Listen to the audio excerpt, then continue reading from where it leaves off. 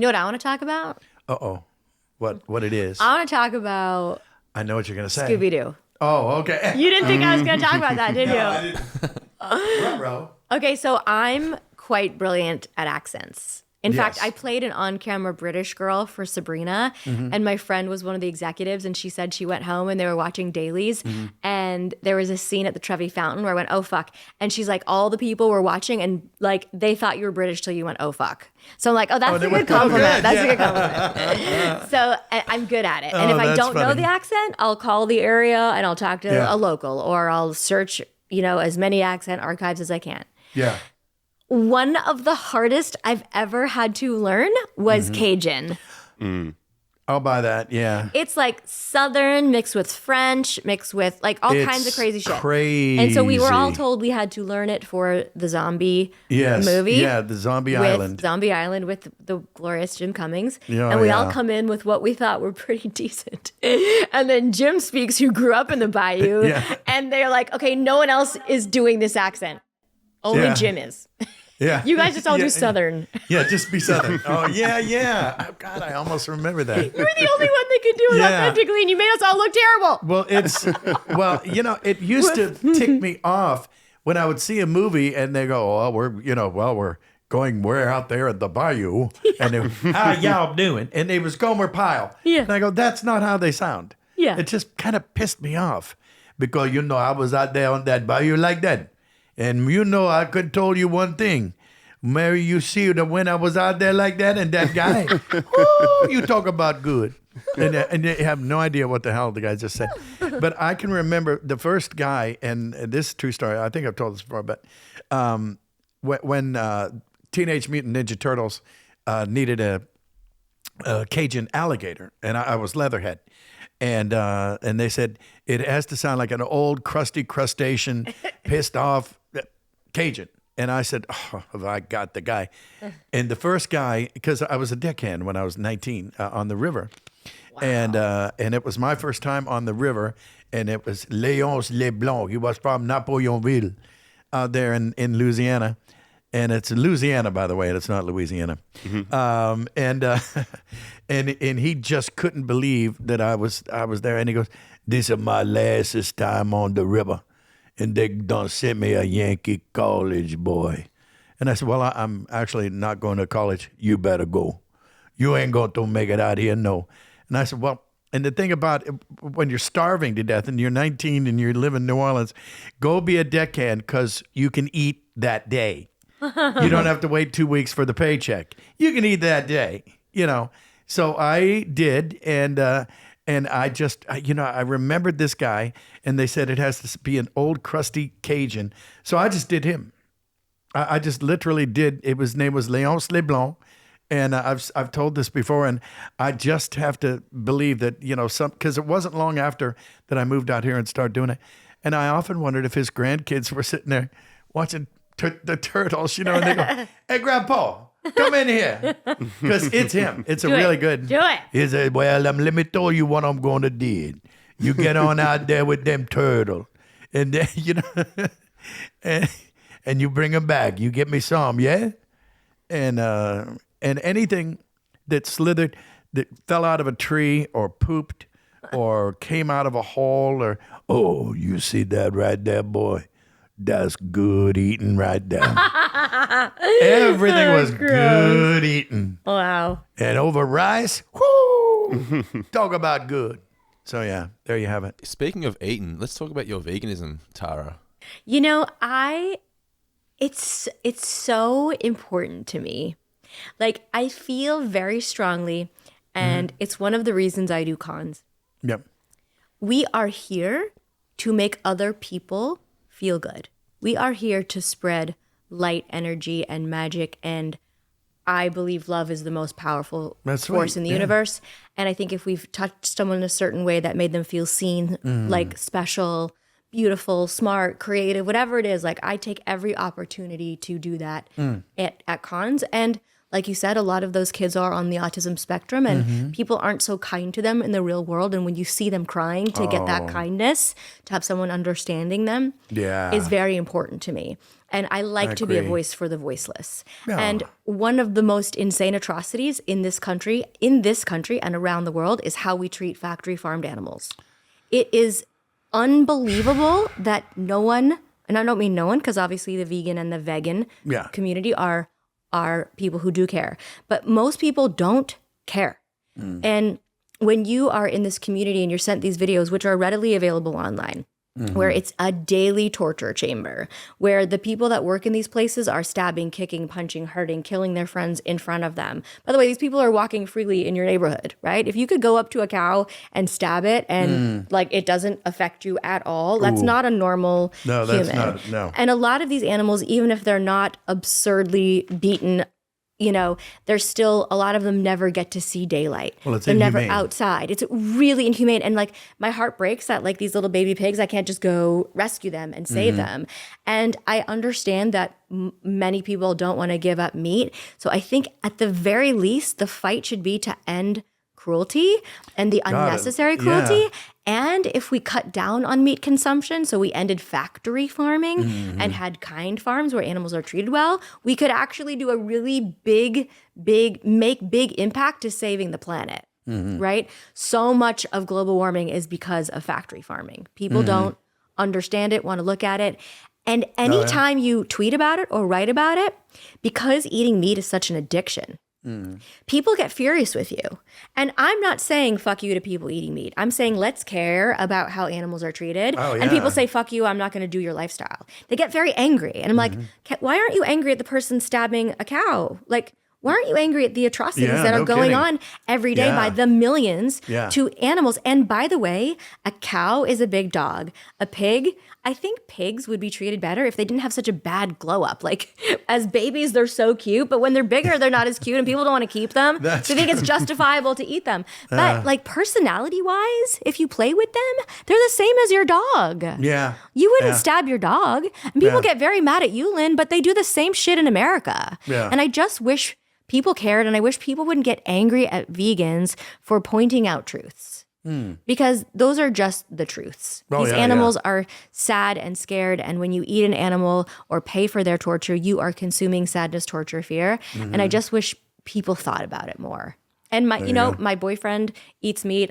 My son will have stuff here and there, and I don't like have a judgment, and I don't want to make people feel bad when they're enjoying their food. But I do want people to stop the cognitive dissonance that you think that thing is hopping on your plate. Like, it's having a hard time. I just wish people cared more about how they treat it. Yeah.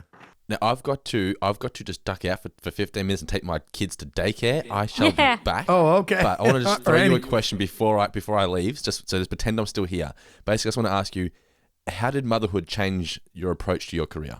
You know, I feel so lucky, and I know you understand this, is that a lot of jobs don't enable you to be a hands-on parent. And even sometimes with on camera, you're flying somewhere, you're doing something, you don't always have that kind of opportunity to really be involved in making breakfast, taking them to school, right? And so most of our jobs, even when we were going to the studio, were 9 to 1, 2 to 6. So you could still make breakfast, drop your kid off at school, and go volunteer at hot lunch and pick them up. I've occasionally brought them. To No, this day. if you remember, I've changed diapers in LA studios. No, I worked up till I delivered, and then I brought my babies. If you remember, I would bring a nanny. Yeah, sure. And I would bring them till they were like 2 or 3. When my son started preschool, he was crying, and he didn't understand why the other kids weren't missing Nickelodeon. Like, they grew up with very colorful environments and amazing people doing funny voices. I never saw you at Disney. I never saw you at Nickelodeon. I feel really fortunate that I got to bring them when they were babies, and then once they started really school. Fortunate too. Yeah, no, they always say to me, "Mom, like, we had the best childhood, and it's because of you. Like, you made it so fun." And gratitude's one of the biggest ingredients in happiness. For sure. And being grateful brings more wonderful things to be grateful for. I really believe that. Yeah, me too. And I think the funnest thing for me is when they find me in things they don't know I was in. I don't know if you have this experience with yours. But like, my kids are like, I remember coming in the house and my son was like, Mom, get in here. He's like, I was just watching Family Guy and Stewie gets sent to an orphanage and there's like 1 million kids there and you voiced every single one. Oh, wow. Oh, that's funny. That's True. cool. Or like Rick and Morty or Yes, like a video game. yeah. And they find me on things that aren't like my regular things. Yeah, yeah. I just Oh, had that that's with good Jim. stuff. We were on the very first episode of the podcast. We were talking about it. Oh, and you're yeah. in Grand Theft Auto 5. Oh, And right. I was like, no, I have bought guns from you so many times. Yes. Yeah. I remember years ago when I first came out, my nephew Boris called me up and he goes, Uncle Jim, yeah, did I just buy an M16 from you in an old Amoco gas station? And you were like on the down low in the QT and I wasn't supposed to tell anybody? And I said, yeah, that rings a bell. I go, yeah. He goes, wow, that was pretty cool. Anyway, I'm going to be back tomorrow. I think I'm going to get a shotgun. I go, okay, I'll be there. I'm sure I'll be there. Funny. That's so funny. Yeah, my kid was playing Injustice, and I walked in one day after work, and he's like, "Mom, I just killed everyone as you." I was like, "Okay." He was playing as Harley. Yeah. Oh, thanks, honey. Yeah. How sweet. Yeah, it's Oh, fun. that Yeah, is it's so sweet. Are they all dead? Yeah. Okay, good. fun. Good. We got Just him. checking. Yeah. When My Little Pony hit, I was, coming to volunteer at hot lunch at Sammy's school, and it was like he was in 4th grade, and he was like, "Mom, if the kids don't talk about," and I come in and they all like mob me, like, "What's gonna happen in the next season? And when's Twilight Spark? We're gonna do this and that." And he was like, "Oh my god." Yeah, I've had stuff like that. I remember when my older girls were younger. We'd take turns. One year I'd walk them around Halloween, and next year my wife would. And so it was my year to stay home, and my year to walk them around. And we get back home, and my wife says, she goes, "Okay, I just had the cutest experience. These little 9-year-old and 7-year-old boys came up to the door and trick or treat, trick or treat." So I'm giving them candy, and they're both standing there going, and they're looking around. And she goes, "Is there anything else, boys?" She goes, "Does Darkwing Duck live here for reals?" And she goes, "Yeah, he does. He's out right now protecting, looking out for kids who are trick or treating." And he goes, "I told you, you booger."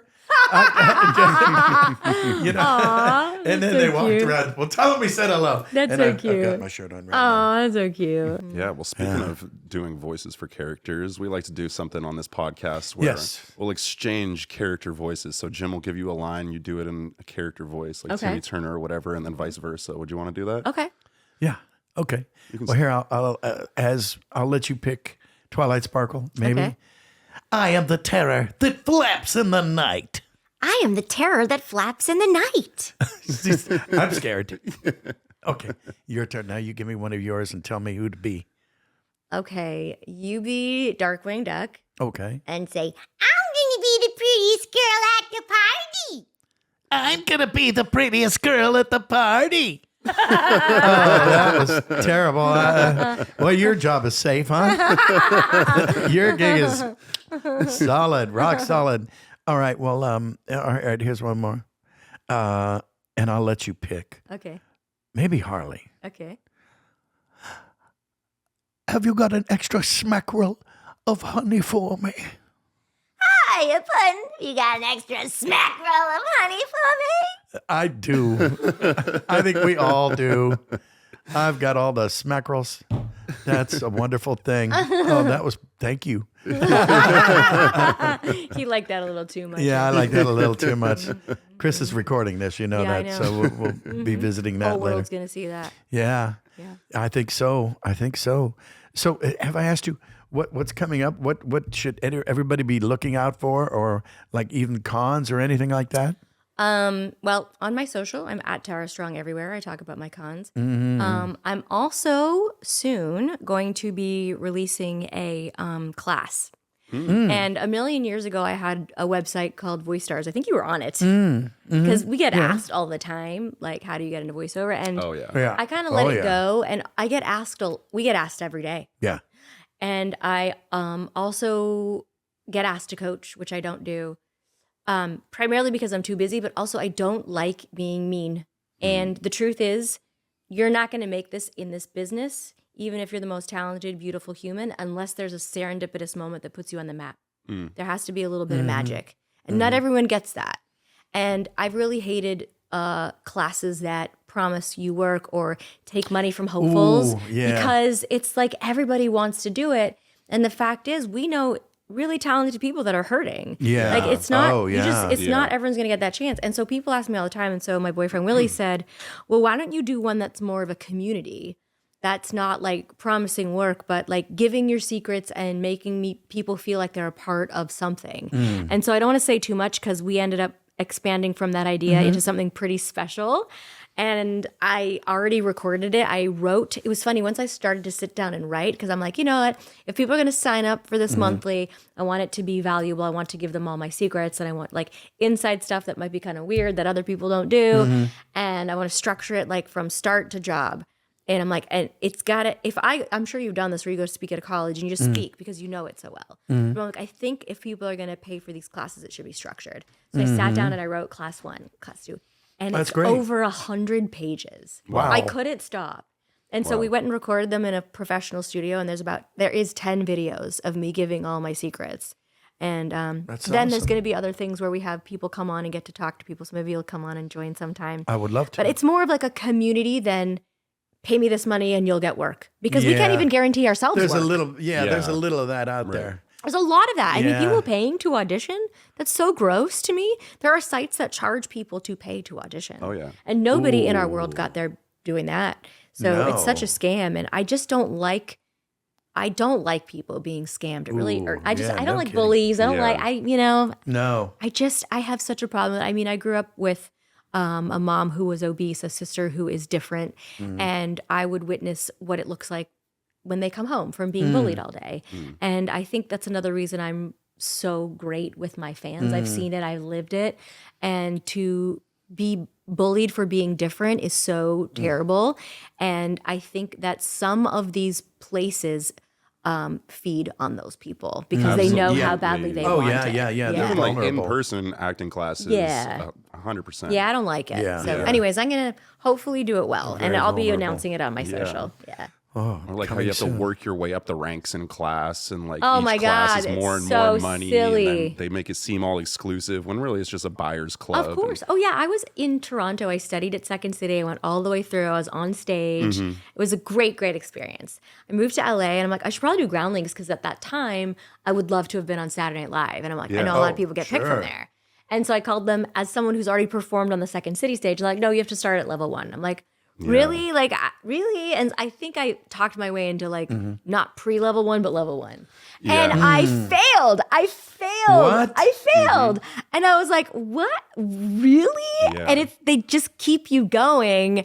And I was like, you know what? I'm not going to pay for any more of this. I had that exact same Yeah. experience. Like I was on the 100 for a few episodes. Yeah. Like, you know, I've done stuff here and there, and I'm taking this class in Vancouver. I'm not going to name the studio, but like the same thing where it's like, oh, you have to audition for this class, and like you're going to start out the beginners. And I was like, what? Like I have a theater degree and I've been Right. acting for 10 years now. Like It should beginners, be, those classes like, should be to serve you, right? Yeah. To Yeah. help you. Like if you've already been acting, you should be at this level. How do we get you to the next level? Right. How do we get your game even better? Like Exactly. and to go back to those places, if you've already done it, it's honestly why I didn't go to college. I started at 13. I did theater. Yeah. I did TV and film. I did a ton of animation. And I booked a few movies the summer I was supposed to leave for college. And there was a few different performing arts colleges, and I won't say their names for the same reason you won't say their names.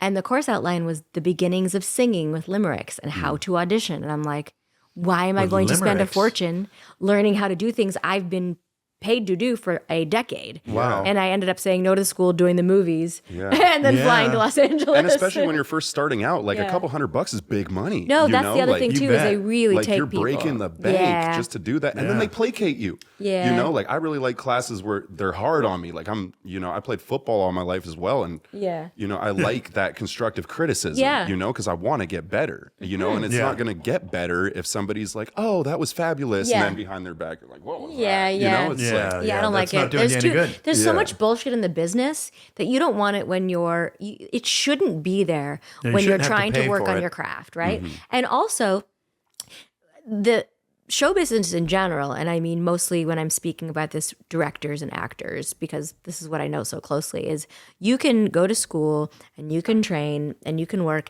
and it doesn't guarantee you work. If you want to be a doctor or a lawyer, you go to that school and you study and you get to work. Yeah. That's not how it works in entertainment. Not at all. So to keep taking advantage of hopefuls in that way really pisses me off. Yeah. Same with me. Yeah. Yeah. Yeah, Right- I right in agree. that camp. I agree. Yeah. You know, it's like, you know, just give me a shot, give me a chance. Yeah. But oof. Yeah. Then get out of the way. Yeah. Yeah.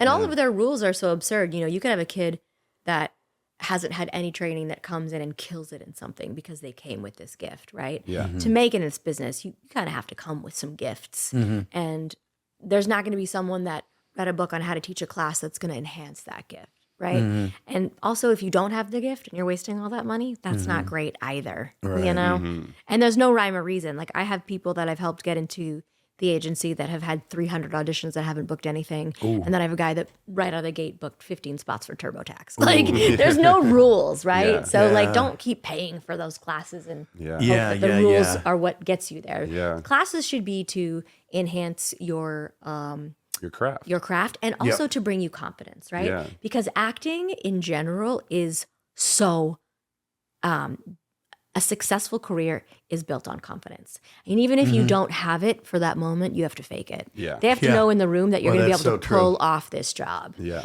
And That is if right. that class is going to give you confidence and boost you, so like, okay, now I know that this works because I saw it work in this class and I'm feeling confident about how to do this, then that accelerates your career.